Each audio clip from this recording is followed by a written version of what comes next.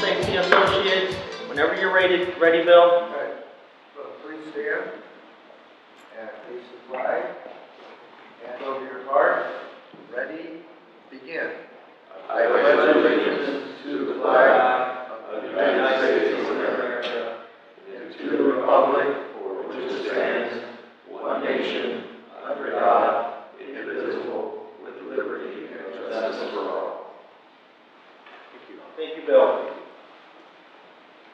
So as a reminder, why we're here, the mission statement of the West LA Chamber of Commerce is to read this one. Mission of the West LA Chamber of Commerce is to enhance opportunities for members of the West Los Angeles business community through referral, advocacy, and education. But again, why are we here? We're here to network, to mastermind, to meet like-minded people so they can help us, so we can cooperate with them in a way that we can further our businesses and grow. Henry Ford, anyone heard of him? Yes, Henry Ford, maybe it rings a bell. I think so, yeah, that guy. And what's Around the same age. Yeah. All right. Childhood friend, Bill? Good. So we are familiar with Henry Ford. So I was reading the other day, and obviously Henry Ford, extremely successful, right? Extremely successful business. Now, by conventional standards, he was not very intelligent. I mean, he was partially illiterate. It got to the point that his intelligence was actually questioned in court. There was a dispute. You're familiar with that dispute? Where the newspaper took Henry Ford to court over like 6 cents to sue him. It didn't matter. The money, they just wanted to showcase him to the world and show that he was not an intelligent person. So they had a series of questions for him, from basic math to history and an assortment of other questions. They even had him read a document just to prove his illiteracy. And finally, at the end, he's like, you know what? I don't know the answers to a lot of these questions. But give me a phone, and I have a plethora of men that I can call upon to answer any question you might have. So again, why are we at the West LA Chamber of Commerce? Why do we come here? The moral of the story is, Henry Ford, he didn't create this successful business because he was the most intelligent man who knew all the answers to every question. He had resources. He had people. I think that's why we come to the West LA Chamber of Commerce. In this room, we have the resources. We can meet the people who can help us answer those questions that might come up. I know a lot of people want to come in, I want direct referrals, I want business, and I'm not getting them, so I'm leaving. I think we're looking at the wrong thing. There are many reasons to be here, and I think that's an extremely powerful one, to collaborate, to see how we can help each other out and answer those questions. I know personally, me, if someone comes up to me, hey Daniel, I need help in this, or I have this question, like, oh, you're a member of the West LA Chamber? For sure. I'm in. Let's see how I can help. So, I just wanted to point that out. That being said, in the spirit of resources and education and information, we do have a special segment of business impact legislation. To lead us, we have our own legislative consultant. Help me welcome Mr. Ted Green to the stage. Ted Green!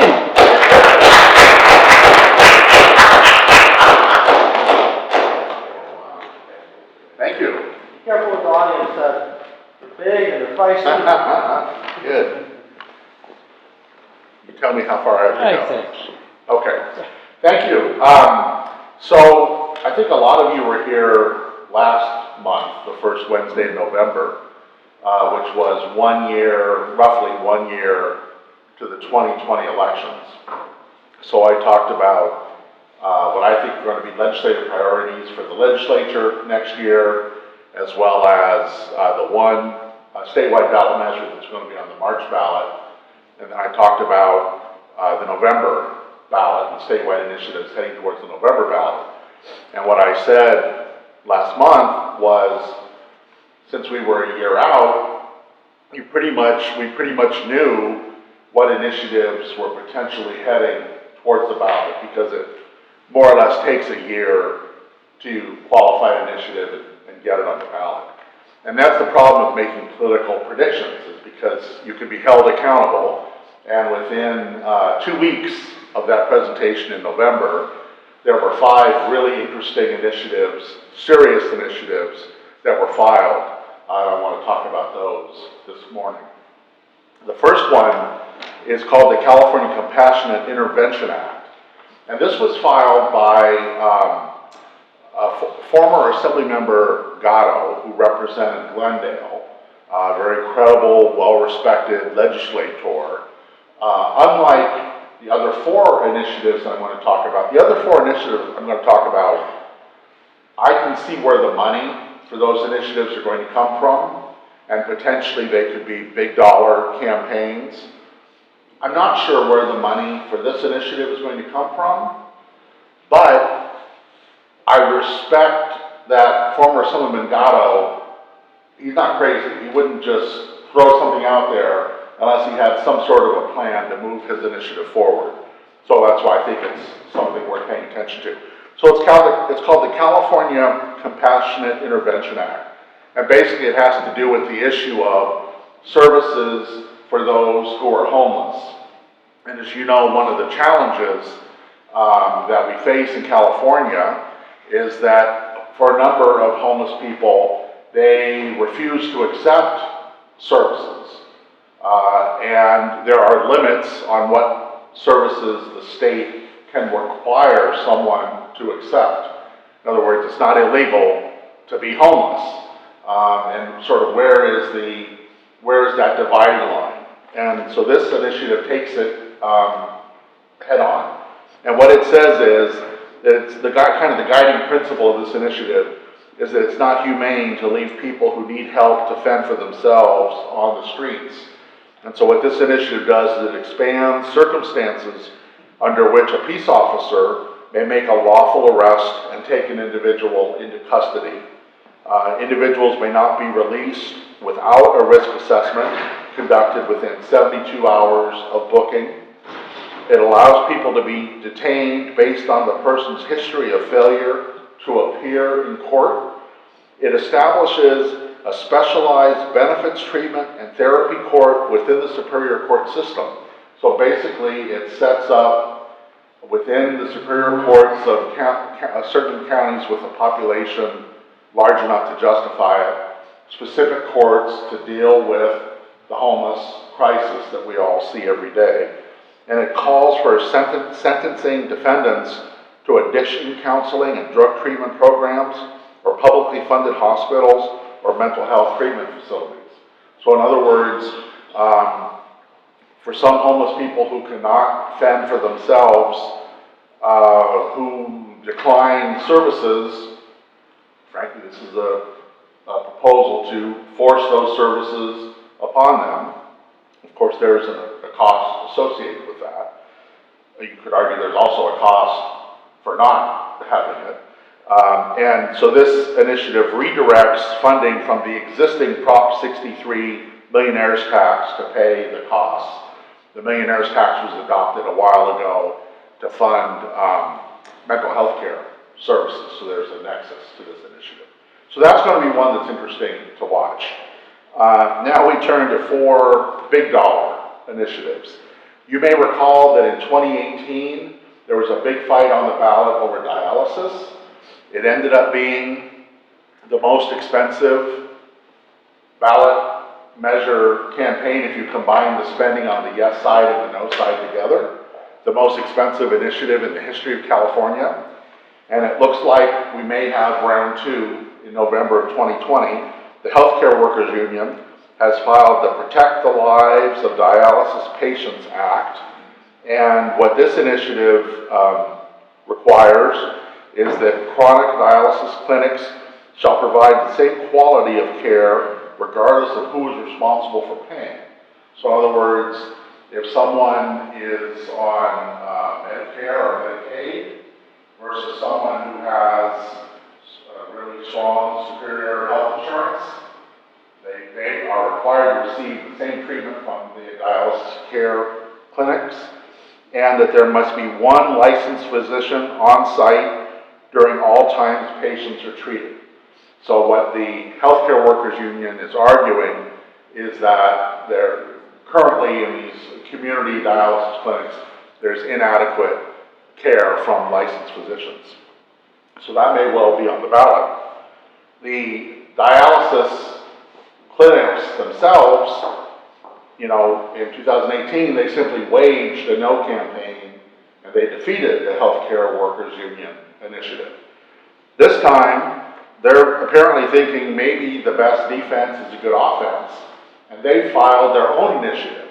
So we may have two competing initiatives on the ballot dealing with dialysis, with both sides running a yes and a no campaign, trying to pass their initiative and defeat the other side's initiative. What the clinic's counter initiative requires is that chronic dialysis clinics shall not discriminate and must provide services covered by Medi-Cal, Medicaid, and Medicare, and must have a licensed physician as a medical director. Now you may say, is that very different than the law now? And I don't know the answer to that, but that's where they're putting their stake in the ground. Number 4, the California Recycling and Plastics Pollution Act of 2020. This was submitted by a Northern California recycling company, and what this initiative does is require product packaging and single-use products to be reusable, recyclable, or combustible by 2030. It requires the state to adopt policies to minimize or eliminate the use of virgin plastic, prohibits expanded polystyrene food service containers.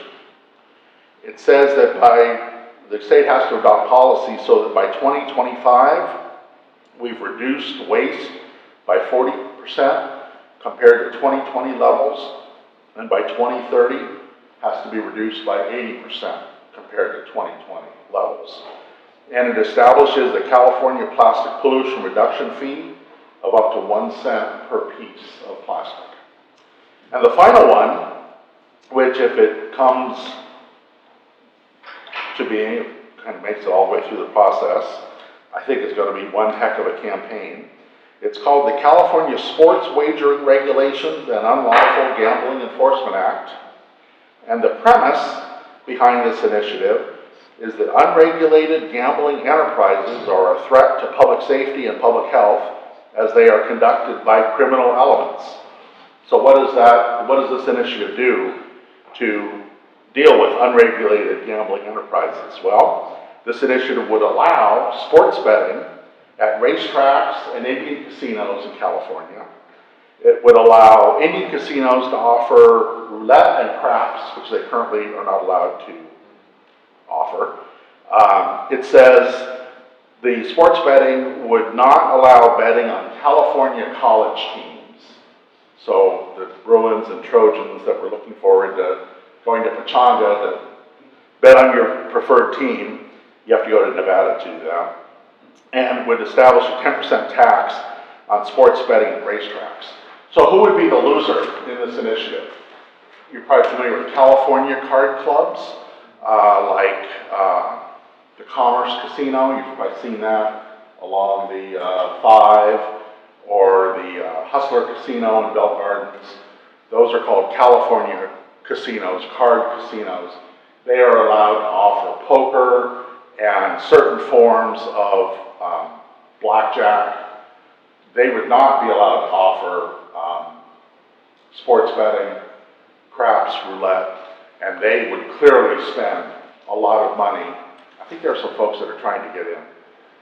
They would clearly spend a lot of money to defeat this initiative. So, as is often the case, proponents of initiatives will go to the legislature and say, if you don't do something, we're gonna move forward with our plans. So we'll see in the first couple, 3 months of the year, if any of these initiatives get set aside by the legislature, by action by the legislature. Otherwise, any of them could make for a heck of a fight on the November ballot. With that, I'm happy to answer any questions. Steve? Go back to the dialysis bill. Yeah. So, are they saying that basically regardless of how you come in, they got to treat you? Is that? Well, so what the Healthcare Workers Union initiative says is that regardless of how you come in, the clinics have to provide the same quality of care regardless of who is responsible for paying. So does that mean if you were to come in, say without anyone who pays, that the clinic would still be responsible and have to carry that? That's a good question. And if so, is the fiscal impact then to those who do pay for health insurance in the form of higher rates because they're businesses, right? So the insurance companies will do this to those who are paying. So I was just wondering if you had any insight onto that, what the fiscal impact may be to those who are paying insurance. So one of the first steps, sort of 2 steps, when you submit an initiative to the Attorney General's office and you send the $2,000 check that says this is an initiative, the Attorney General's office does a title and summary, which is supposed to be a roughly 75-word neutral explanation of what the initiative does. And then the Legislative Analyst's office does a neutral analysis of what the initiative does, not limited to 75 words, but it's supposed to be, understandable language. And that includes a fiscal analysis, which would be the impact to the state, impact to local governments, other fiscal impacts. So these are still pretty early in the process. We haven't seen that yet, but you would think that the kind of information you're asking about would be included in that. The reason I brought this is because these plans were forcing people to get insurance that pays higher rather than going on Medicare. Yeah. If they could pay for their own insurance, they were forcing them to go get insurance. Yeah. I think the answer is no. What's motivating the healthcare union to file their initiative is they want the clinics to hire more members of their union to staff the clinics. And what's motivating the clinics themselves to file their own initiative is they're thinking we may not be able to defeat the union initiative unless we offer our own alternative and are able to show we're making sure that we're providing adequate care. So neither one, neither side really care about the patients. They're more concerned about hiring employees, keeping costs down. They don't really care about the patients in this scenario. Are any initiatives ever about anything other than the people who put it on the ballot? This has nothing to do with patient care. This is strictly about money. Both sides. Yeah, of course. Yes, we're saying. The main opposition for the recycling. So, that's a really good question. And again, early in the process, so we'll see how soda companies and the Restaurant Association and frankly other what would be large customers or large users of plastic. Beer companies. Huh? Beer companies. Beer, I mean, because this also deals with packaging, not just service of food or beverages. So, there could be some significant opposition to this. On the other hand, no one likes to be against the environment.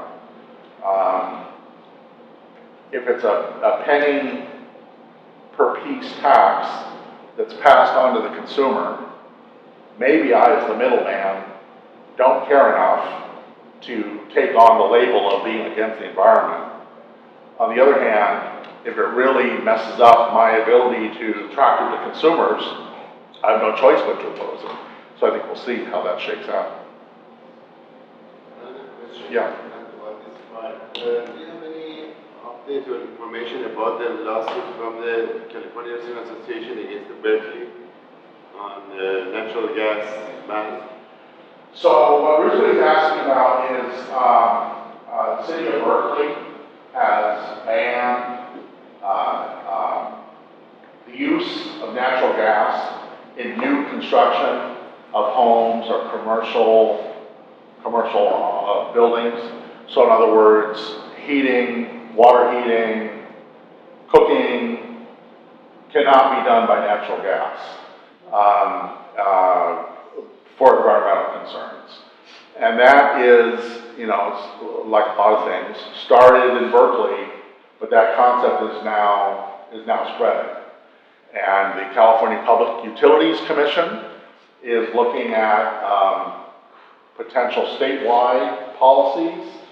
Other communities are looking at requiring home builders to build new homes without a natural gas hookup. Obviously, the gas company is concerned. The gas company here locally, PG&E in the north, India Gas and Electric further south, are concerned about that. I've heard people say, you know, you can't cook at a Chinese restaurant on a wok. There's no such thing as an electric wok.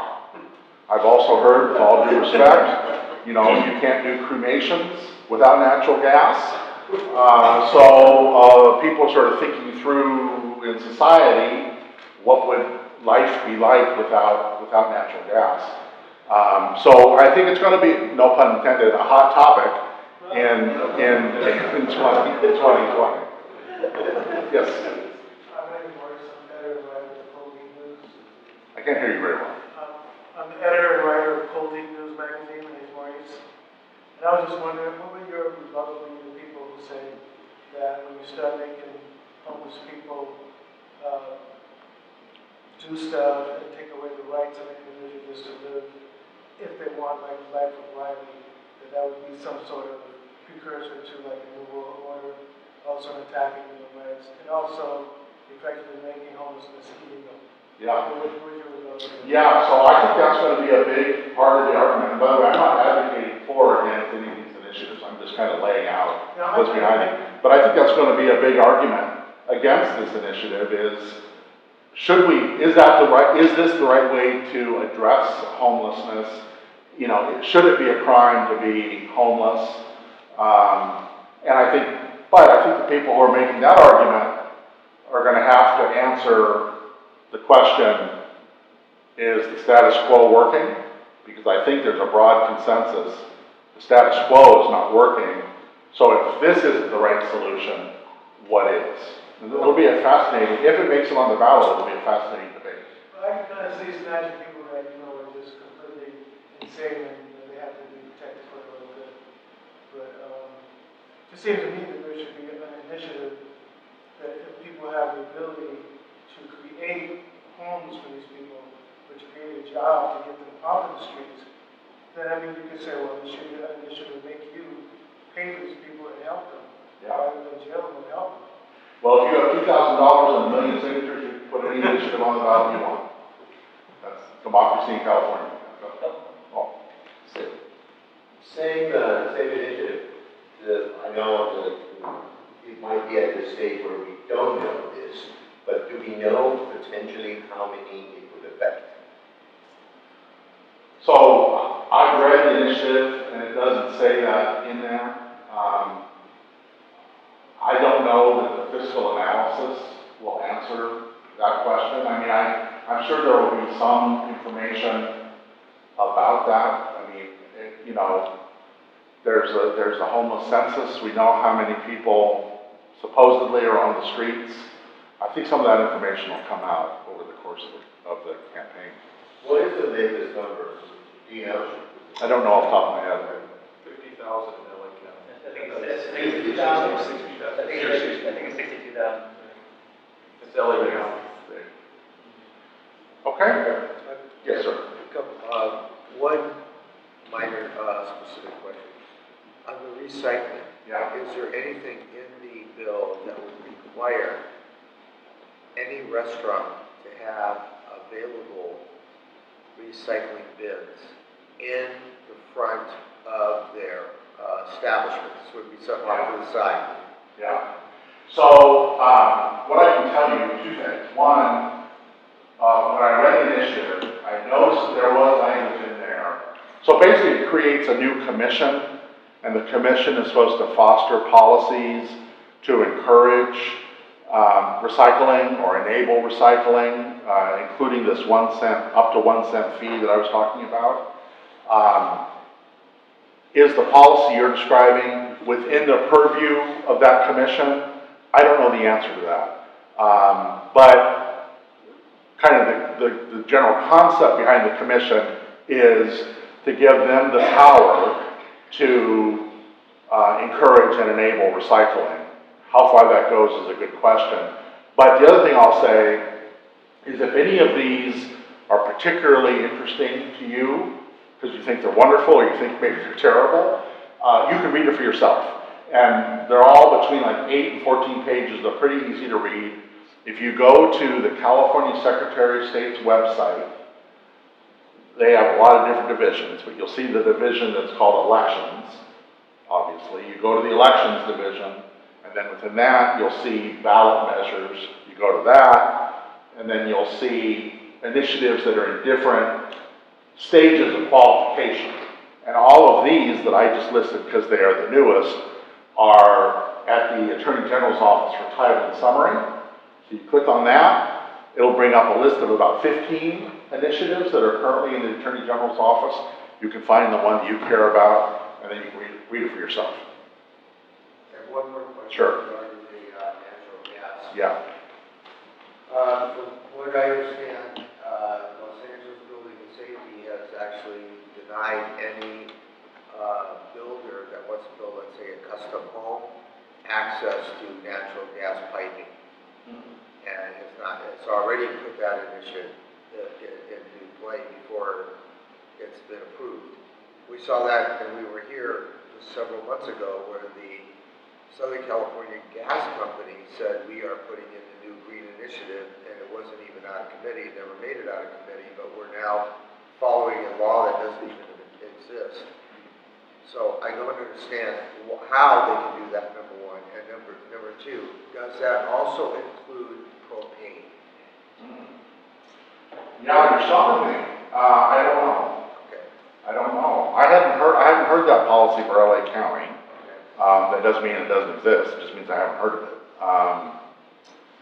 But I know that the gas company is starting a coalition to fight this. The gas company and their allies.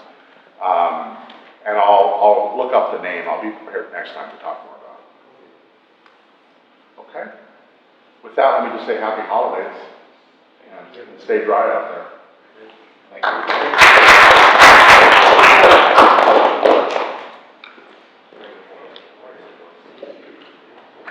So a lot of people stayed home sleeping, huh? The way I like to see it, the rain filtered out the good people. So who's here? What was that? So who's here? The good ones. Oh, okay. Yeah. Just thank you. Good question, Steve. Great question. The people worth meeting, they were filtered out. They're the ones who are here. Sure. Anybody wake up before 5:30? 4 or 5. Oh. I feel bad. Before 5. Before 4:30. Woo! Stayed up until 2 a.m.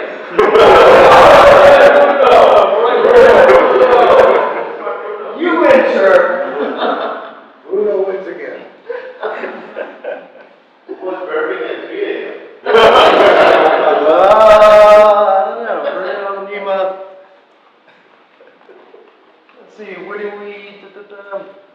Nima, did you have something you wanted to I say? do, but before that, I have yours ready if yours.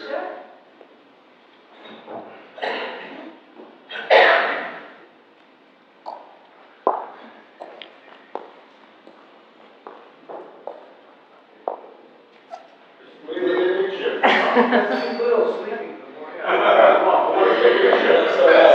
Okay, good morning, everyone. As some of you might know and already helped me in okay. As some of you might know, and the other years helped me, so my plan, 2 times a year, closing to school time and holidays, we try to help kids in need. And we collect money or anything that we can and send them to the kids that need our help.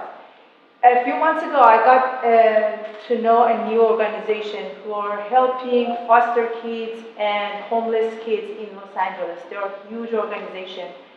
And I visited there, and with help of 2 other organizations, we could collect money and buy stuff and send items for 300 foster kids and homeless kids. What we do is, instead of sending them money, we ask them what they need, and me and a few of my friends go directly to the stores that we know we can get stuff with lower prices to cover more kids, and buy for them and deliver them the items that they need. We send, 4 months ago, we send them, as you might see in the pictures, we send them hygiene kits, school items, clothing, shoes, and there's another program that they have, it's helping teenagers. That one of the programs that we helped them was for prom dates, that they were, at first it was not attractive to me, but when I went there and talked to the young girls, that their dreams was attending to that kind of events, and they couldn't afford it, they could go to the place with help of people like you, choose the dress they want, shoes they want, clutches they want, jewelries, and they could keep them for themselves. So I'm here if any of you are interested to help this plan. Please let me know. You can send check, you can give cash. Whatever you give, you're gonna get receipt from the organization for your tax purposes. And hopefully my plan is to send the items before 15. And you'll get the letters hopefully the first few weeks of the January. So I'm here if anyone wants to help, or if you know anyone who is interested to help this plan, please let me know. Thank you.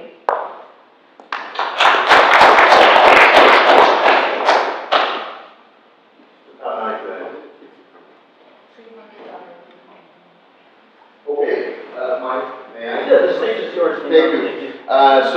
Thank you everybody who made it here in the rain. Unfortunately, none of our keynote speakers were able to make it, and obviously some of other attendees were not able to make it. Our State Treasury, Fiona Ma, let us know that she has to attend other business in DC. So she's away actually, and she will come back to us at some later time to be determined. And Consul General of Armenia, although initially indicated and agreed that he would attend, we have not been in communication. We're not sure, but hopefully we'll be able to have him here at some other later time as well. But I do want to thank you, and as Ted said, I do want to wish everyone happy holidays. Our next meet will be next year, so wish you a fantastic ending to this 2019. I know I'm ending it on a high note. I took the picture out of my baby. I'll put it back on if you want to see it. But wish you all well. Thank you so much, Daniel. You've done a fantastic job, and thank you everyone else who's been with us, and we hope to see you in 2020.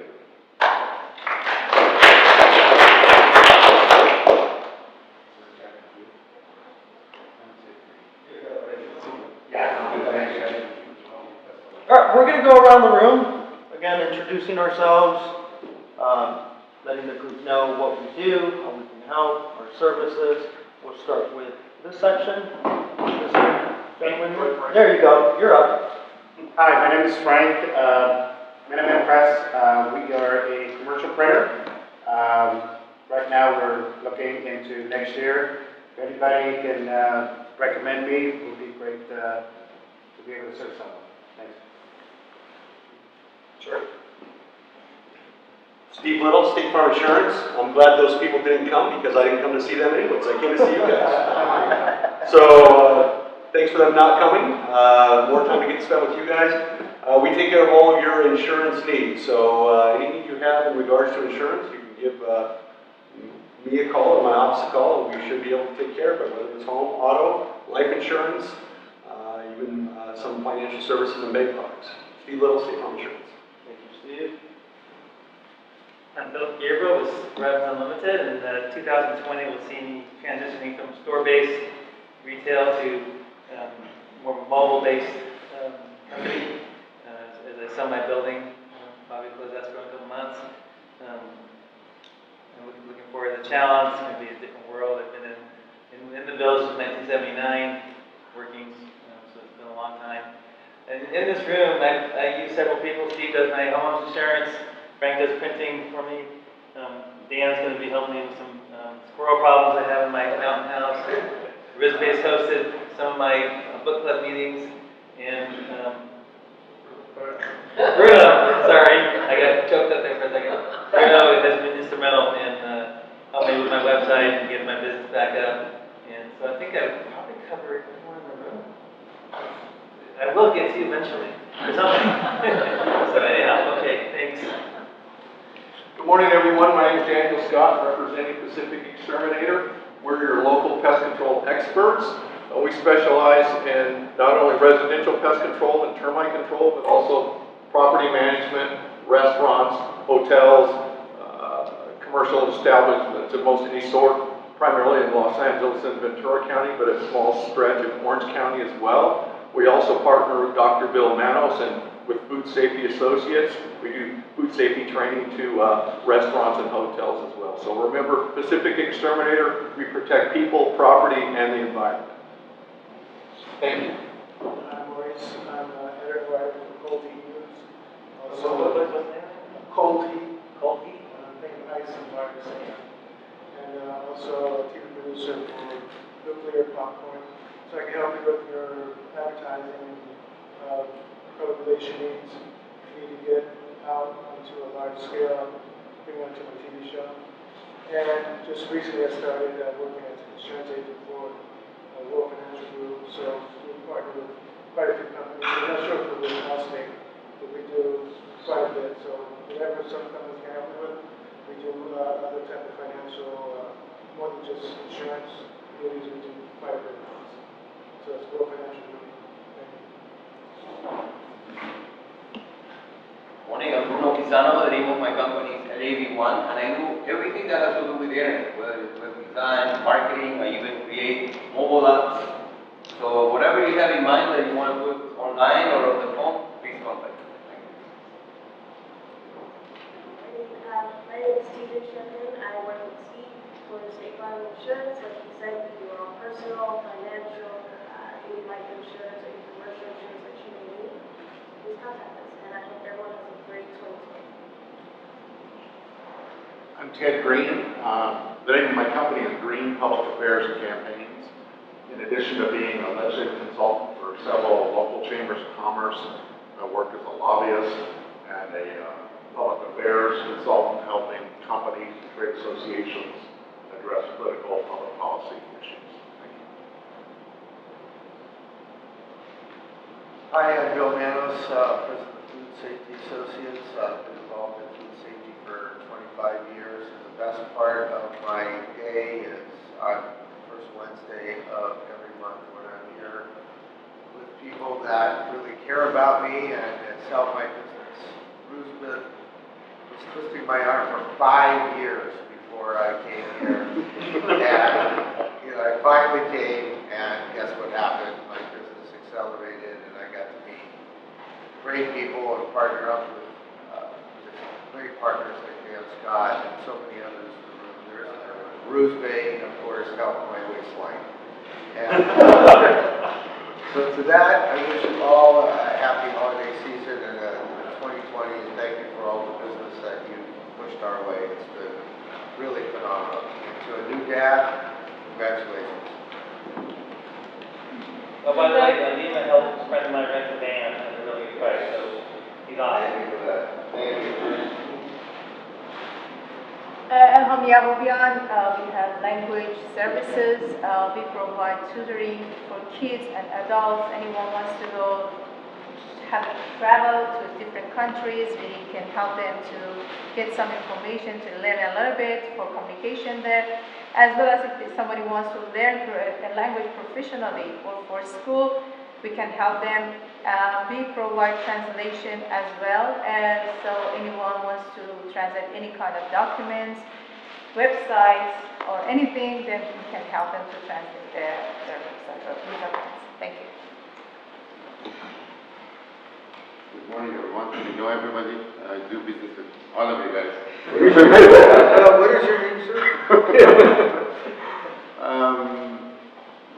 2019, I try to expand my business, and I get to know some of the large companies. I'm right now partnering with I'm doing the business with the company like Boeing, Netflix, TMZ, and few others large brands. I do the monthly or weekly catering for them during the weeks. Even think of me if you have even a small groups, you want to serve them for the lunch, or you have a party at home, or any holiday party. Think of me, you're going to serve everybody with any equity. Hello everyone, my name is Helen. I'm a photographer. If you need a picture, photography for your events, party, birthday, everything, I really appreciate working with you. Thank you so much. God bless you. I want to start like this. I learned a new phrase, something new in Arabic. I don't know much, if anything, but I learned that there's a phrase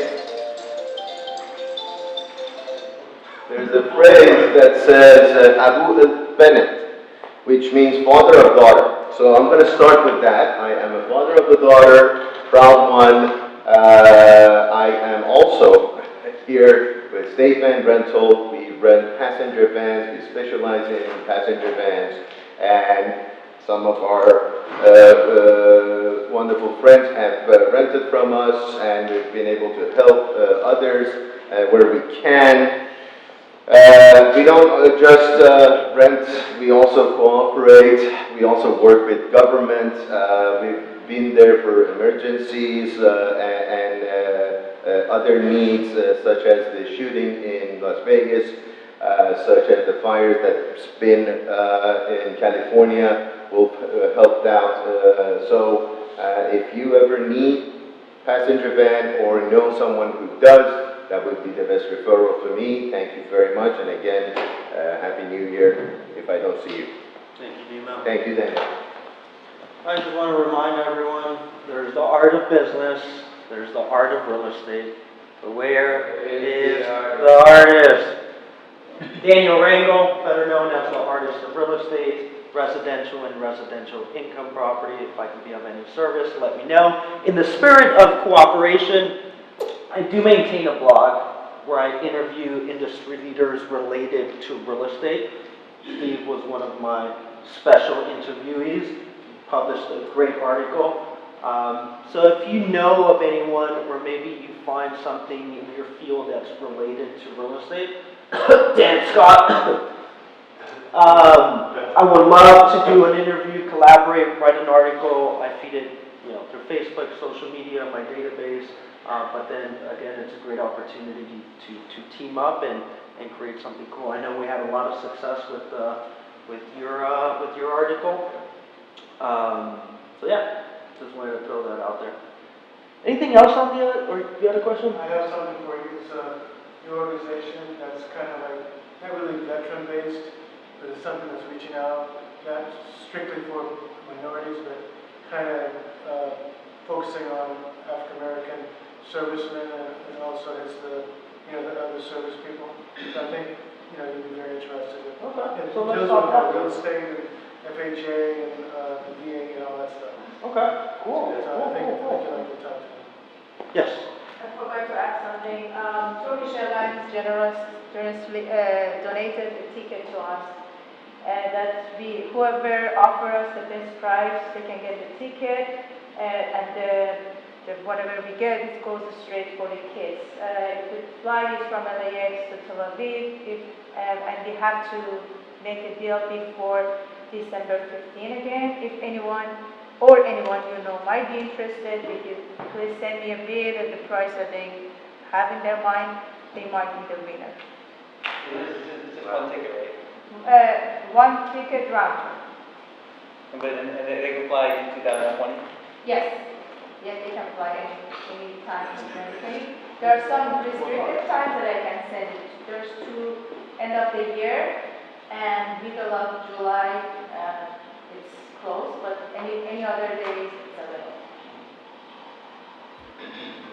Thank you, Alma. Anything else on the agenda, Elizabeth? We're gonna wrap this one up. Yeah. On my behalf and on behalf of the chamber, I just want to say thank you to everyone who made it. Again, the ones who made it, or the good ones, the ready to filter out the ones